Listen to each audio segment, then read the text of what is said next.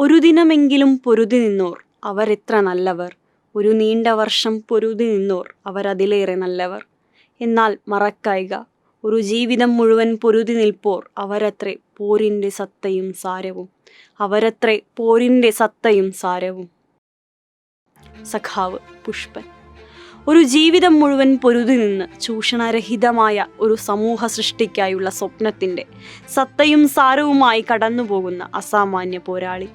ഒരുപക്ഷെ 20-ാം നൂറ്റാണ്ടിലെ അന്ത്യത്തിലെയും 21-ാം നൂറ്റാണ്ടിലെ ഉത്തരാർദ്ധത്തിലെയും ലോകത്താകമാനമുള്ള യുവജന പോരാളികളുടെ പേരുകൾ പരിശോധിച്ചാൽ ഉറപ്പായും അതിലൊരു പേരായി ഉറച്ചു നിൽക്കുന്ന പേരാണ് പുഷ്പൻ്റേത്. കേരളം സമര യൗവനങ്ങളുടെ തീച്ചൂളയിൽ പ്രക്ഷുബ്ധമായിരുന്ന കാലത്ത് സമരേതിഹാസമായ കൂത്തുപറമ്പ് രക്തസാക്ഷികൾ സഖാക്കൾ കെ രാജീവൻ, കെ ബാബു, മധു, KV റോഷൻ, ഷിബുലാൽ എന്നിവരുടെ കൂടെ ജീവിക്കുന്ന രക്തസാക്ഷിയായി സഖാവ് പുഷ്പൻ ഇക്കാലമത്രയും ജീവിച്ചു. ഓർക്കുമ്പോൾ പോലും നെഞ്ചിൽ തറഞ്ഞുകയറുന്ന ഒരു ജീവിതം ജീവിച്ചു തീർത്തവൻ.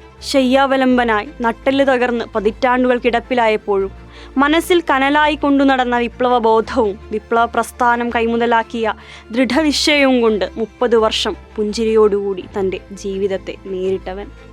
കേരളത്തിൻ്റെ യുവജന സമര ചരിത്രത്തിലെ ജ്വലിക്കുന്ന ഏടാണ് കൂത്തുപറമ്പ് സമരം. എന്നാൽ സത്യാനന്തര കാലത്ത് വലതുപക്ഷ ഉപജാപക സംഘം കൂത്തുപറമ്പ് സമരകാരണങ്ങൾ അപനിർമ്മിക്കാൻ കൊണ്ടുപിടിച്ച ശ്രമങ്ങൾ നടത്തിപ്പോരുന്നുണ്ട്. UDF സർക്കാരിൻ്റെ സ്വാശ്രയ നയത്തിൻ്റെ മറവിൽ പരിയാരം TB സാനിറ്റോറിയത്തിൻ്റെ ഉടമസ്ഥതയിലുള്ള സ്ഥലത്ത് ഒരു മെഡിക്കൽ കോളേജ് സ്ഥാപിക്കാൻ ശ്രമം ആരംഭിച്ചു. ആശുപത്രിയും മെഡിക്കൽ കോളേജും സഹകരണ മേഖലയിലോ സ്വകാര്യ ഉടമസ്ഥതയിലോ എന്ന ചോദ്യം ഉയർന്നു. മുഖ്യമന്ത്രിയോ സഹകരണ മന്ത്രിയോ വ്യക്തമായി മറുപടി പറഞ്ഞില്ല. മെഡിക്കൽ കോളേജ് സർക്കാർ ഉടമസ്ഥയിലാകണം എന്ന നിലപാട് CPIM ഇടതുപക്ഷവും സ്വീകരിച്ചു. വാർത്തയും വിവാദം കത്തിക്കയറുമ്പോൾ അന്ന് ദേശാഭിമാനി ലേഖകനായിരുന്ന K ബാലകൃഷ്ണന് ഒരു രേഖ ലഭിച്ചു. കൈമാറിയത് മക്തബ് സായാഹ്നത്തിൻ്റെ ഒരു പാർട്ട്ണറായിരുന്ന ബെന്നി എന്നൊരാൾ. രേഖ ഇതായിരുന്നു: പരിയാരം TB സാനിറ്റോറിയത്തിൻ്റെ ഉടമസ്ഥതയിലുള്ള സ്ഥലം കൈമാറിയത് MV രാഘവൻ പ്രസിഡന്റായി ഉണ്ടാക്കിയ ഒരു കടലാസ് സഹകരണ സംഘത്തിന് എന്നായിരുന്നു ആ രേഖ. ആശുപത്രി തുടങ്ങാൻ പോകുന്നത് K കരുണാകരൻ പ്രസിഡന്റും MV രാഘവൻ വൈസ് പ്രസിഡന്റുമായിരുന്ന അക്കാദമി ഓഫ് മെഡിക്കൽ സയൻസ് എന്ന സ്ഥാപനം. വിലപ്പെട്ട തെളിവ് കയ്യിൽ കിട്ടിയതോടെ ദേശാഭിമാനി ആഞ്ഞടിച്ചു. വാർത്ത പുറത്തു വന്നതോടെ K ബാലകൃഷ്ണനെ ബന്ധപ്പെട്ടത് മനോരമ കണ്ണൂർ ബ്യൂറോയിലെ ബോബി എബ്രഹാമും ഹരികൃഷ്ണനുമാണ്.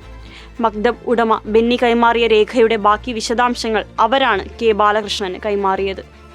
ഈ ചരിത്രം സൗകര്യപൂർവ്വം മറച്ചുവെക്കാനാണ് UDF സർക്കാരിൻ്റെ സ്വാശ്രയ നയത്തിനെതിരായാണ് കൂത്തുപറമ്പ് സമരവും വെടിവെപ്പുമൊക്കെ ഉണ്ടായത് എന്ന് ഇന്ന് വലതുപക്ഷ മാധ്യമങ്ങളും കമ്മ്യൂണിസ്റ്റ് വിരുദ്ധരും തള്ളിവിടുന്നത്. പരിയാരം TB സാനിറ്റോറിയത്തിൻ്റെ പേരിൽ സർക്കാർ ഉടമസ്ഥതയിലുണ്ടായിരുന്ന ഭൂമി MV രാഘവൻ പ്രസിഡന്റായ ഒരു തട്ടിപ്പ് സഹകരണ സംഘത്തിൻ്റെ പേരിലേക്ക് മാറ്റി അവിടെ K കരുണാകരൻ്റെയും MV രാഘവൻ്റെയും സംഘത്തിൻ്റെയും സ്വകാര്യ ഉടമസ്ഥതയിൽ ഒരു മെഡിക്കൽ കോളേജ് സ്ഥാപിക്കാൻ സർക്കാർ അധികാരം വഴിവിട്ടുപയോഗിക്കുന്നതിന് എതിരെയായിരുന്നു കൂത്തുപറമ്പ് സമരം. പരിയാരം മെഡിക്കൽ കോളേജ് ഇന്ന് പൂർണ്ണമായും സർക്കാർ ഉടമസ്ഥതയിലാണ് പ്രവർത്തിക്കുന്നത്.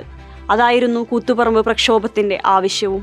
5 സഖാക്കളുടെയും സഖാവ് പുഷ്പൻ്റെയും പ്രാണത്യാഗത്തിലാണ് ഇന്ന് പരിയാരം മെഡിക്കൽ കോളേജ് സർക്കാർ മെഡിക്കൽ കോളേജായി നിലനിൽക്കുന്നത്. 2016-ലെ പിണറായി സർക്കാരാണ് അത് യാഥാർത്ഥ്യമാക്കിയത്. ഏത് ലക്ഷ്യത്തിനു വേണ്ടിയാണോ താൻ സമരഭൂമിയിലേക്ക് ഇറങ്ങിയത് ആ ലക്ഷ്യം ഒരു LDF സർക്കാർ പൂർത്തീകരിക്കുന്നത് കണ്ണുനിറയെ കണ്ട സംതൃപ്തിയിൽ തന്നെയാണ് സഖാവ് പുഷ്പൻ ജീവിച്ചതും വിട പറഞ്ഞതും. സഖാവ് പുഷ്പൻ്റെ ചികിത്സയെക്കുറിച്ച് പോലും കള്ളക്കഥകൾ മെനയാൻ വലതുപക്ഷം മത്സരിച്ചിരുന്ന ഒരു ഘട്ടത്തിൽ അമേരിക്കയിൽ നിന്നടക്കമുള്ള വിദഗ്ധ ഡോക്ടർമാരുടെ ആതുര സേവനം ഉപയോഗപ്പെടുത്തി ലഭിക്കാവുന്നതിൽ ഏറ്റവും മികച്ച ചികിത്സ സഖാവ് പുഷ്പന് നൽകിയിട്ടുണ്ട്. എന്നാൽ ജീവിതകാലം മുഴുവൻ വീൽചെയറിൽ കഴിയേണ്ടി വന്ന സഖാവ് സൈമൺ ബ്രിട്ടോയെ പോലെ വൈദ്യശാസ്ത്രത്തിൻ്റെ പരിധിക്കപ്പുറമുള്ള പരിക്കിൽ നഷ്ടപ്പെട്ടേക്കാവുന്ന ആയുസ് കമ്മ്യൂണിസ്റ്റുകാരൻ്റെ ദൃഢനിശ്ചയമൊന്ന് കൊണ്ട് മാത്രം മുറുകെ പിടിച്ചാണ് സഖാവ് പുഷ്പൻ ജീവിച്ചത്.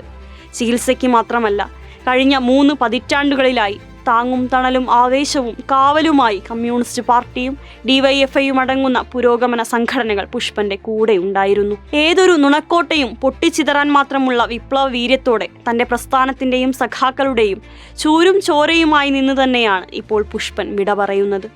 അവസാന ശ്വാസം വരെ മുറുകെ പിടിക്കേണ്ട രാഷ്ട്രീയ ദൗത്യം ഓർമ്മിപ്പിച്ചുകൊണ്ട് ഏതൊരു രക്തസാക്ഷിയെയും പോലെ ഇനി പുഷ്പൻ സഖാക്കളുടെ മുദ്രാവാക്യങ്ങളിലൂടെ സംവത്സരങ്ങൾ ജീവിക്കും, അനശ്വരനാകും. അവനവന് വേണ്ടിയല്ലാതെ അപരന് ചുടുരക്തമൂറ്റി സഖാവ് പുഷ്പനും കുലം വിടുന്നു. അപരനോടുള്ള കരുതലിൻ്റെ രാഷ്ട്രീയ വലിപ്പം വീണ്ടും ഉന്നതിയിലെത്തുന്നു. Red salute comrade Pushpan. വിട.